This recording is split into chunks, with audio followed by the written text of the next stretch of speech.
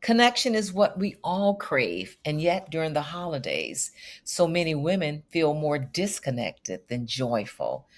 But if you feel heavier than joyful, then today's conversation is for you.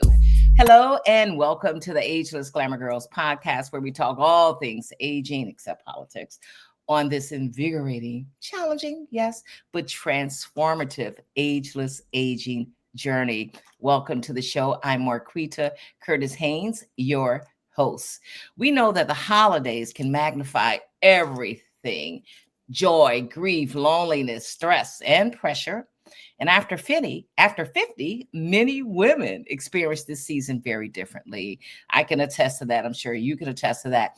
But what's so cool about our guest, what she's going to put on us today will you can use it throughout the year, way beyond the holidays, because now we're talking about longevity and strengthening your heart and your connections and your mind and all of that. And it comes back to what?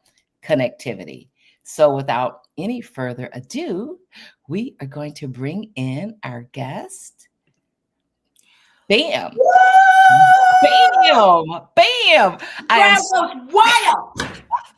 I am so pleased to be joined by Dr. Jody Carrington, psychologist, speaker, author. Her work centers on connection, emotional regulation, and what it means to truly belong.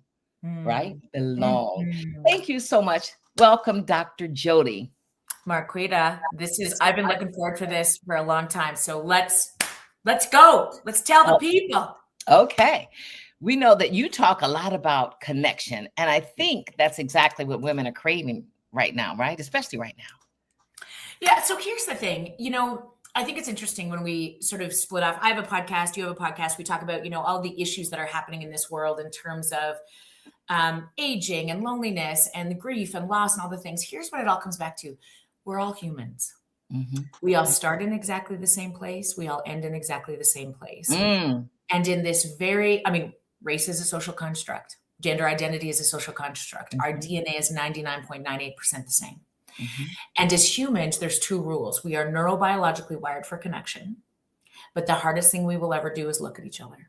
We've never had so many opportunities to look away.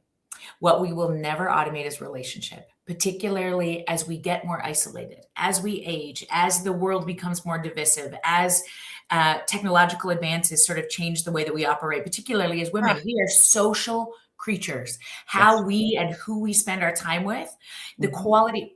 Esther Perel says this. I love her. She said, the quality of your relationships determines the quality of your life. That's a great quote.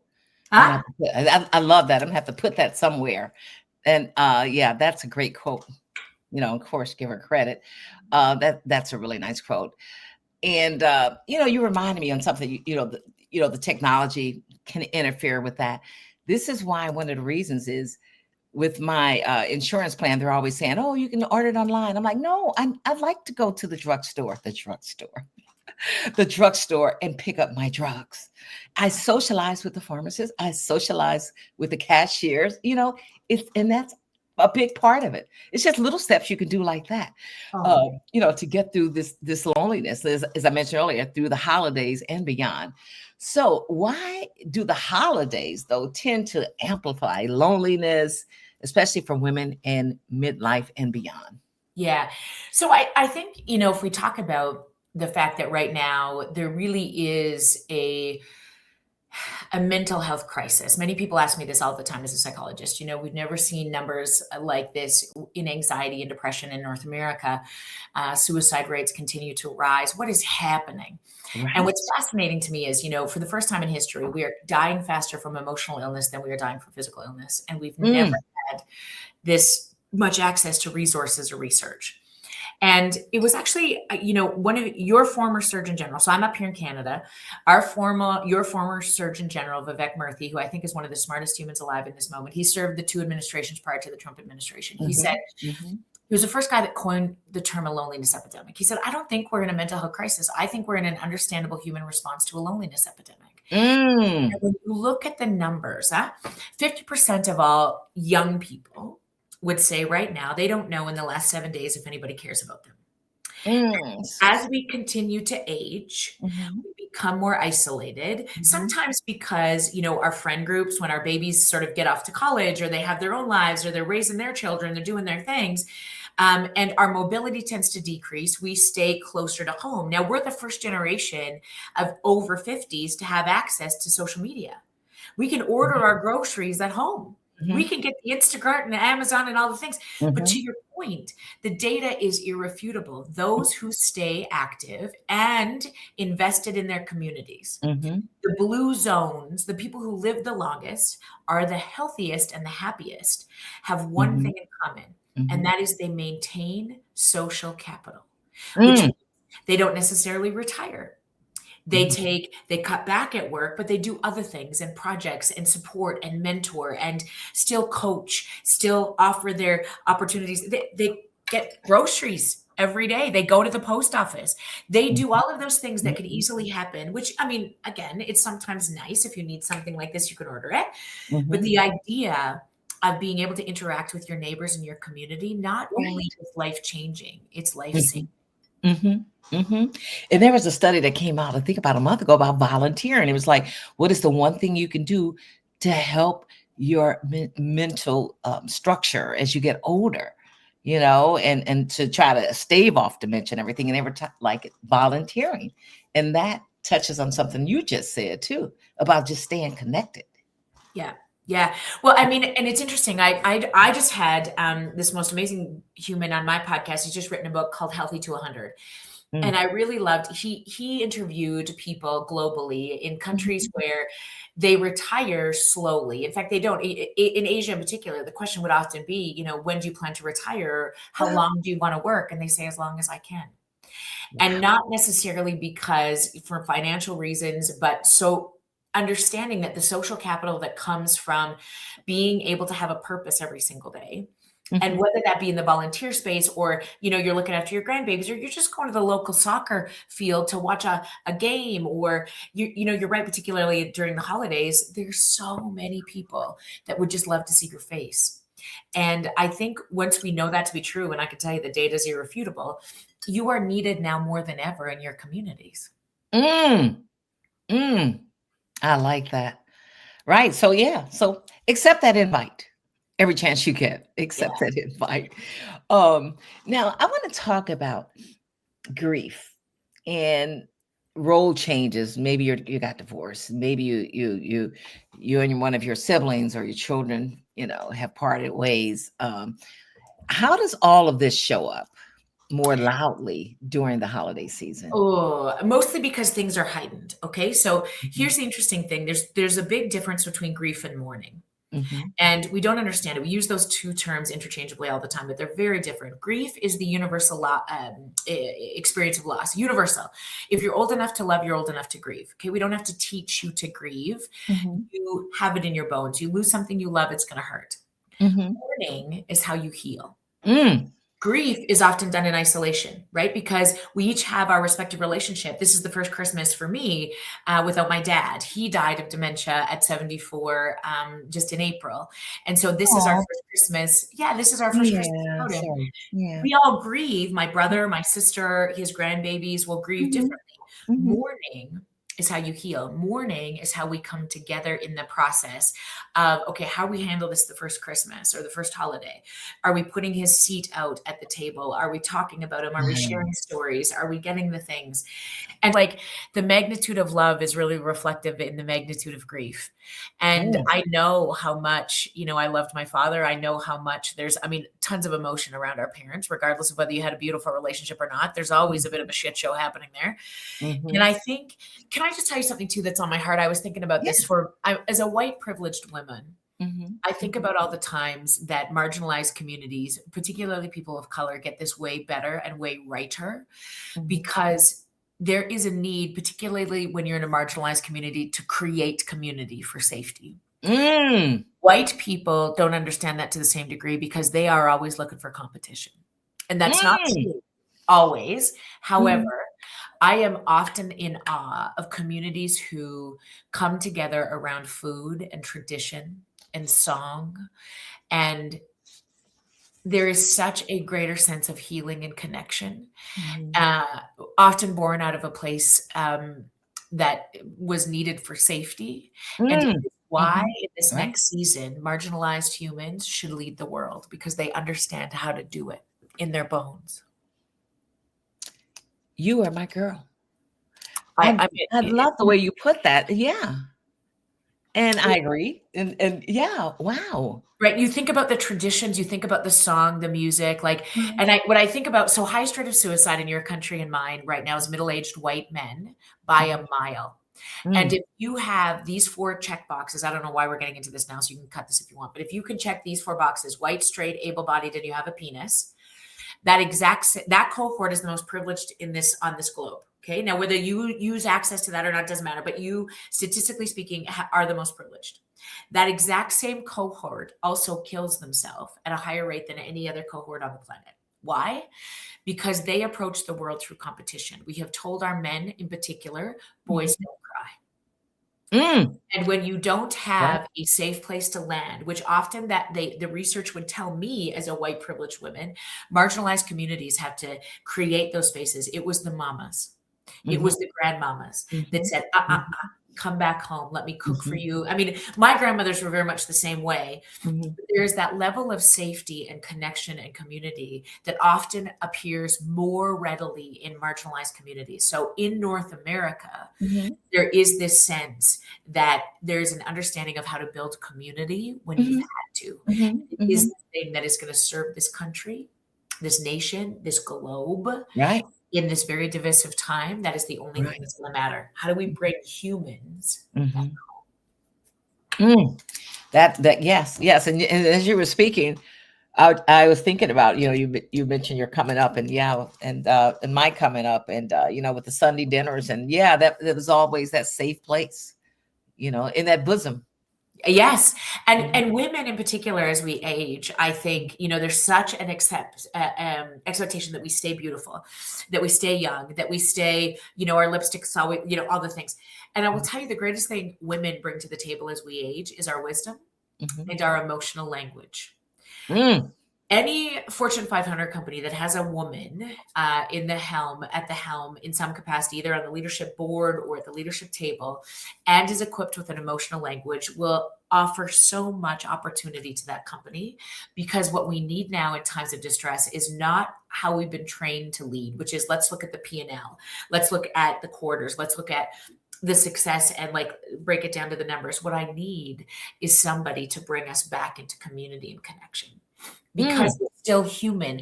100% of investors are human. 100% of customers are human. 100% of employees are human. 100% of mamas and daddies and babies are human. And when you have that capacity to build a community, it Mhm. will be the greatest asset in the next generation, full stop. Wow. Wow. I love that. Yeah, it's all about community. And during my time when I was growing up, something else we noticed recently is your cousins. I'm close to my cousins. That's because we all grew up in the same town, right? We all grew up in the same town. But then the next generation, people started moving out. And so it's like I feel sorry for my niece because she has a couple of cousins, but she doesn't see them often. You know what I'm saying? And it's just Yeah. not the same. It's so interesting. We do this thing in our family. So my grandmother, we called her Baba, which is Ukrainian, and she was the only thing she wanted. She lost her husband quite young, and so that her wish all the time is that once a year we would all come back together. Okay, Mm, so mhm. her children, her 4 children, made sure all 14 of us cousins did that, and now 14 of us cousins have 36 kids. And Wow. so Uh-huh. her wish, she died. Oh my gosh, it's been almost 2 decades now. Her wish was that once a year we all come together, and so we still do it on her birthday. We call it Super Baba's birthday. Super And Bob's. my children, so Wow. her great grandchildren, Mhm. that is the one thing that they always ask for. Now, as their dad and I have become successful because of the matriarchs that taught us how to do it, I think. Last year we said to them, "Hey, kids, Dad and I, we're gonna take you to Europe. We're gonna do this trip with the." Do you know what they said? No, Wow. we Mm, want to come back for Baba's birthday. right. 1 weekend a year, right? You can offer them the moon and they still are really clear that you cannot automate relationship and connection. They want to go to the farm and sleep in the trailer at my brother's property and know that their cousins and their grandmother, they've now lost their grandfather. They've never met their great grandmother, my super baba. Mhm, But mhm. that legacy, you cannot tell anybody. You have to show them. Like Mom always said, I can show you way better than I can tell you. She would teach me a recipe and I would be like, okay, so how much do I measure? She said, just feel it. I said, what do you mean feel it? What am I feeling for? Just feel it. You'll know. I was like, she said, I had to make pierogies. I had to make petahe and leshnika. I had to feel it because you know what the dough feels like, or you know how much it's heavy in the pail. And I think that that's the thing you will never automate. Yes, technological advances have been beautiful. But I promise you, you cannot automate that piece of it. And the only AI that's going to be important in this next generation, for those of us that will be most successful, is authentic interaction. Yeah. And that's why, I feel like we're losing a whole generation because of that. The AI, the technology and everything is taking us away from. And it's our responsibility, I think, as aunties and uncles and grandmas and grandpas to be able to say like, no. Come on back. And I'll tell you, I'm going to host this year. I got 18 of them coming here. And they decided to stay over for 2 nights. It feels like National Lampoon's. Oh, I love it. And I said, there's a basket at the front door and I want your phones in there. Now, you can check them if you want. I understand we have all the things, but you have to stand within an arm's length of the basket if you need to be checking your phone. Oh, wow. Wow. I love it. Whoa. And we have to wrap this conversation. I'm so sorry. I hate this but I want to ask one last thing. Two things? What's the difference between being alone and loneliness? Oh, such a good question. 2 very different things. We need to be alone. We need to be alone and still with our thoughts, with our feelings. You can be and lonely is so much more of a feeling. You can be lonely in a room of 100 people. You can be lonely at your own kitchen table. And you can be alone and never feel lonely. Loneliness is a deep feeling of not belonging, of not connecting anywhere. And being alone is just a physical state of being, right? So like, you're alone in the shower, typically. You're alone, when you, I don't know. I mean, this is an easy example, but I want you to pay close attention to loneliness because the true feeling of not being connected or belonging to anything or anybody is the equivalent, they say, of harmfulness to your body is smoking 15 cigarettes a day. Wow. Loneliness is so critical. It also steals you from things like innovation and creativity and kindness. Because, when you don't feel like you matter or that you belong anywhere, you just sort of like your give a shit is broken then. You're just like, whatever. What's the point then? What do I care to anybody? And part of that is your community to assist in that process. But a lot of that is come back home to you. Why are you important to other people? Why do they need you? What do you have to offer to this world on your very limited and precious days? Right? Know that people walking down the street today would love to hear a compliment. Know that if you just wave at your neighbors today, you are going to pull them neurophysiologically back into their body. And that's a gift. Just little things. Oh God, that's all. Listen, this is the only thing you can do. Next best, right, kind thing. You're not good enough to change the world. You're not good enough to undo systemic oppression single-handedly. You're not good enough to undo multiple generations of abuse, neglect, and trauma. That's not your job. Your only job is to do the next best, right, kind thing. And where you have access to that is if you do this with me right now. Drop your shoulders. Okay.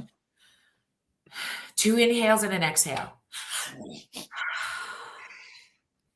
Drop your tongue from the roof of your mouth and wiggle your toes. There, that's home. That's a relaxed body. And then you have access to everything that anybody who's ever loved you, Marqueeta, has taught you. From that perspective, you give it away like it's your job. And I noticed that, a feeling did come over me, and I started laughing, as you can see. I started laughing.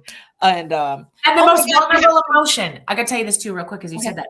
The most vulnerable emotion on the planet. When I ask people, what do you feel when you're at your most vulnerable? People often say to me, oh God, it's got to be shame or grief. And the truth is the most vulnerable emotion on the planet is joy. Like, when is the last time you belly laughed with your babies? When is the last time you danced in your kitchen sober? Exactly. So let's do that this holiday season. I want you to find moments of joy. If it's not all joyful because your cousin Eddie's an asshole and you want to throw punch your mama, all of those things are normal. But I want you to find the moments of like, did you see that? Did you pull out the Home Alone? You pull out the things that make you giggle. You find that great joy in all of these places and just string a few of those moments together with a little bit of golden thread, and you will find some solitude in this beautiful sacred season, even if there's grief at the table. Wow, I just got chills again because yeah, those little moments of joy, just anywhere you can find them. Anywhere you can find them. And don't forget, right? Call and reach out to people who live alone, the women out there who have no children, no grandchildren, nothing, Or they're right? divorced and they don't have their babies this season. We're going to have 3 people at our table on Christmas Day. One is our nanny who's not going to go home, and she's the most beautiful young woman who came here for college. And I was like, yep, you're coming over. And one of my other best friends who, she doesn't have her babies. This is the 2nd season she's been divorced. And so I was like, yep, you come over. And she said, I just don't know if I'm going to want to. And I said, okay, well, if you don't come to me, I'll come to you. See, that's right. That's right. Make those connections because it can be a horribly lonely time of year. It's joyful, yeah, but it can be so lonely. Even if, to your point, even if you're surrounded by people, it can be lonely. But it's even lonelier when you're alone. Oh my gosh, so much. And I'm gonna have to save my last questions for next time. But to do what is the one thing women can stop doing this holiday season? What is the one thing they could start doing? And I know you touched on some of that. Yes, ma'am. And I think the greatest thing, all I want you to think about right now is really coming back home to yourself. Mm-hmm. From that place, if you start doing that, you will stop worrying about the things that you can't control. Mm. And it is a practice. So I want you to put the word shoulders on a little sticky note, and I want you to put it on your computer, on your bathroom mirror, and in your car. And every time you see that little note, I want you to just drop your shoulders, come on back to me. And from that place, we change the world. Girl, you're heavy. I love it. I love it. I love it. I'm so glad that you popped up in my research, right up near the top. And I said, oh, I want that one. Thank you to talk about this. And I apologize that we had to rush through some things, but you're amazing. And I so appreciate you coming on the show, Dr. Jody. Dr. Jody Carrington, but we call her Dr. Jody. Oh, thank you. Maybe Dr. J. We've been talking to her. She's a psychologist, a speaker, an author, and I'm sure a good friend, and all of that, an uplifter and all of that. Somebody you want in your life, But I know if you look around, you have those people in your life. You do. Work on those relationships, right? Right, Dr. Jody? Just work on those relationships and get and say hi and connect. We have to connect. It's not going to work otherwise. No, ma'am. Right? All right. Before you go, we're going to have to do a toast. Yes. Because I know we have our little cups. Here's to no more lonely days and nights. No, here's to, embracing each other and in love and filling your cup and everybody and other people's cups as well. Yes. Cheers to you, Marqueeta. Thank you. Yeah. Talk to you again soon. Thank you. And you're going to come back to the show. You have to come back. I would love it. All right. Thank you so much. Okay. Mwah. Happy holidays to you, my friend. Thanks. You too. Bye-bye. Bye, sweetheart. Wow. So many good nuggets. I'm still feeling so much right here. Thank you, Dr. Jody Carrington, psychologist, speaker, and author, for sharing your knowledge with us. As we alluded to or mentioned earlier, her work centers on connection, emotional regulation, and what it means to truly belong. She belonged here today, and so did you, hearing what she had to share. I am so thankful, and I'm so glad that we connected, and I'm so glad that you're here. Thank you for your love and support. Thank you for following the show. Thank you for subscribing to the show. Thank you for following Ageless Glamour Girls. And I want you to have a great holiday and I'm just not that person. 5, 4, 3, 2, 1. Wow. Thank you again. Thank you. Dr. Jody Carrington, psychologist, speaker, and author. You have certainly filled our cup today. And all of her information, you can find it in the podcast description. All right. You can follow her, connect with her. She's freaking amazing. Thank you, Dr. Carrington, for helping us to navigate this season and beyond. I love her. She focuses her work. You have to follow her if you already are not doing so. Her work centers on connection, emotional regulation, and what it means to truly belong. And you get that, right? You get that from her. Again, connect with her, and thanks for connecting with us. Thanks for your love and your support. Thanks for following the show, subscribing to the show. Thanks for following the brand and hanging out with us in the Ageless Cafe and all of the above. And of course, I just want to put this up here. Boom, Ageless Glamour Girls, Reflections on Aging. We are working on volume 2. And all of these women share their stories, and you have stories to share as well.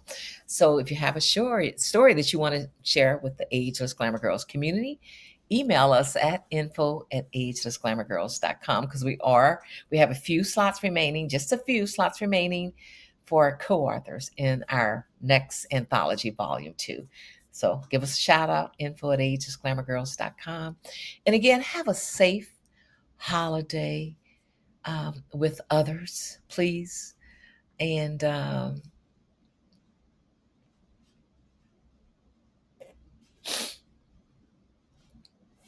can't go without.